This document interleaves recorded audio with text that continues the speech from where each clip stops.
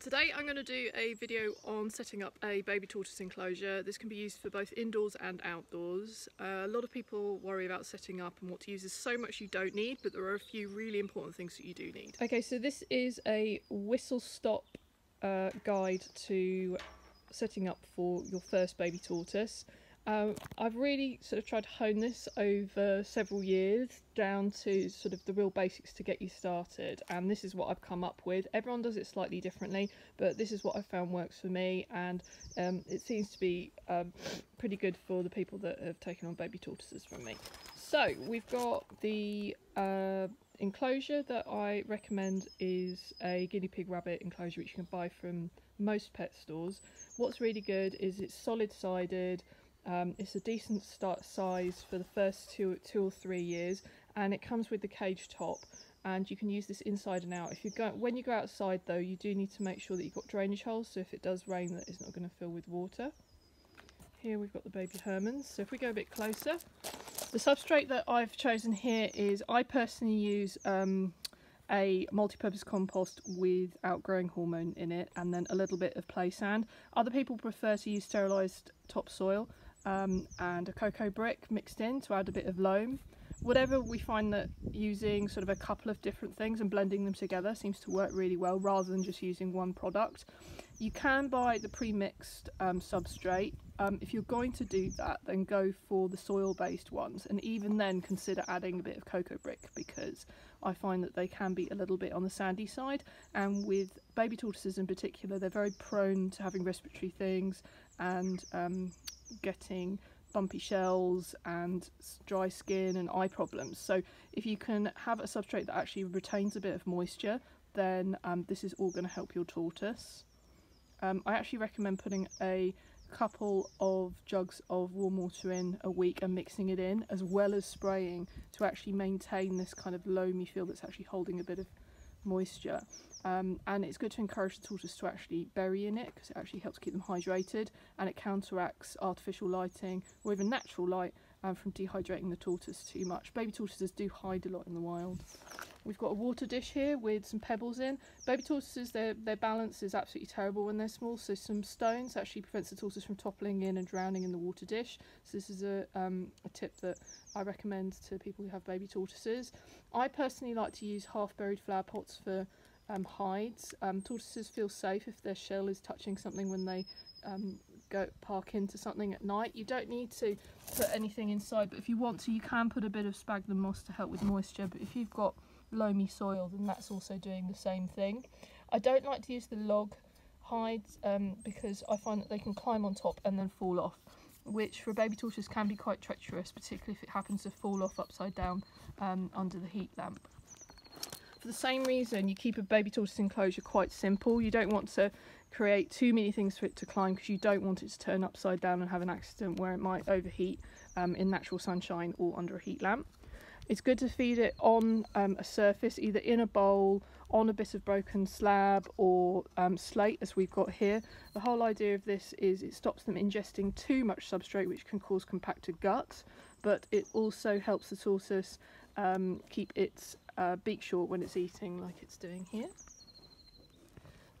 You want to put down a pile of food about the size of the tortoise daily, and if you can, if you're feeding even picked weeds, it's good to actually add a little bit of dietary fibre, because weeds, say picked in the UK, can be a little bit more nutritious than what they might find in their natural habitat. So to add fibre makes it sort of a little bit more of a correct diet for the animal, and it's less likely to be too rich for them.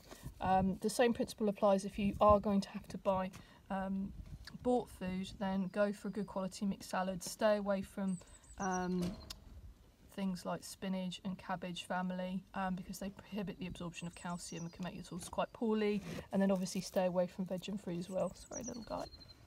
So there you go. So we've got a little bit of pansy here, which I've grown.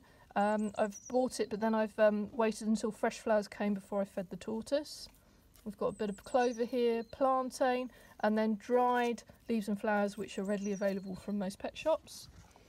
Got a little bit of chalk lump here, which is good for the tortoise to nibble on if it needs extra calcium. You can also use cuttlefish bone as well. I actually recommend having both if you can.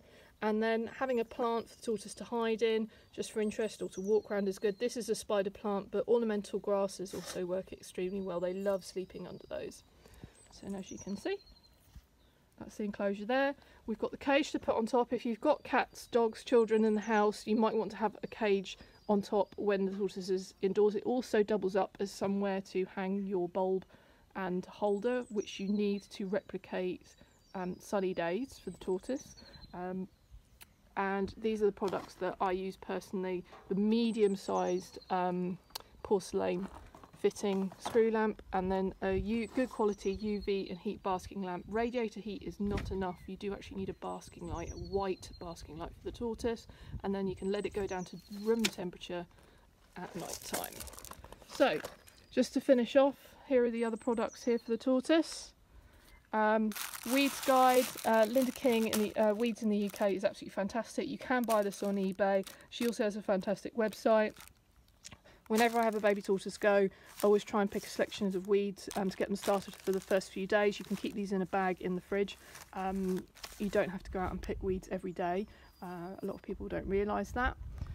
So the foodstuffs which you'll have in a drawer are, we've got grass and herb cob. I personally use Agrob's Testudo herb. Other people may use like Missouri or others, but you do want to go for the more fibrous, less coloured cob. Don't be drawn into using the coloured pellets. They're too fattening and can help make the tortoise grow too quickly. They're great if you've got an underweight tortoise, but not if you've got a healthy tortoise. They can get too addicted to it.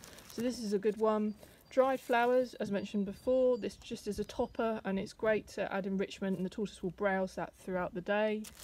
We've got chalk lump here, and then a good quality D3 and calcium supplement, which I've actually blended with plain calcium.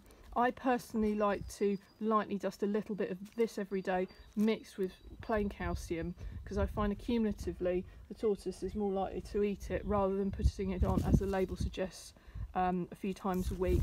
Sometimes the tortoise decides that it just won't eat on those days, and I've had a lot more success over the last 15 years actually lightly dusting this on regularly. The amount of people who go, well, it doesn't like eating it so I stopped using it. Don't do it, just put a tiny bit on every day. The only thing is, don't put it on neat because you can overdose vitamin D3. Okay, so the other thing that I'd recommend getting when you first go to tortoise is, this is calcium granules, and then just some tortoise seeds, and actually plant up a planter somewhere in the garden, water it regularly, and it will be cut and come again fresh weeds for feeding the tortoise, as well as picking locally. It means you've got some in your garden. You can also, there's a lot of plants that you can buy and grow from the garden centre. There's a comprehensive list on various sites like the Tortoise Table. Tortoiseclub.org also has a healthy food list that's really useful. And then a water dish to actually bath the tortoise. You want solid sides, and when you are bathing a tortoise, where are you? You want to bath the tortoise up to this line level, baby warm water for about 15 minutes. When you first bring a tortoise home, you want to do it every day for the first week. Try and not handle it too much, and then after that go down to 2 or 3 times a week. Okay, that's it for this video today. Other than, I have put temperature probe in here, which is good for monitoring temperatures in the enclosure, but it's also, when it comes to hibernation, really important to monitor your temperatures and try and keep it at a steady 5 degrees as possible. Please see my other video for hibernation tips. Okay, if you found this video helpful, please like, follow and comment. Thank you for watching.